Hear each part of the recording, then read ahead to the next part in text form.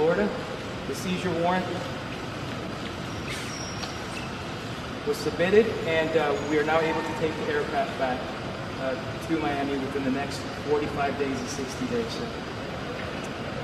Sir, HSI has a total of approximately 93 foreign offices in 63 different countries, sir. And we will relentlessly go after the illegitimate Maduro regime, anything that is sanctioned, and all transnational organized crime, sir.